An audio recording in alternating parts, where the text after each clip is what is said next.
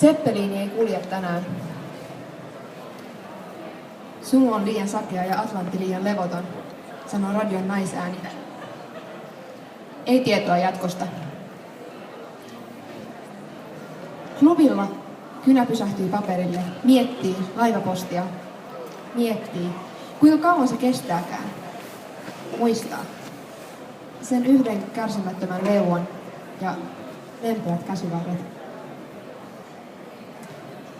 6 kuukautta myöhemmin, 3. toukokuuta 1937, LZ-129 Hindenburg nousee ilmaan kuin suuren suuri lentokala. Kenenkään tietämättä, että se tekee sen viimeistä kertaa. Laskeutumisluvan tultua tuli loikkaa sen perään, haukkaa 35 matkustajaa ja kansimiestä.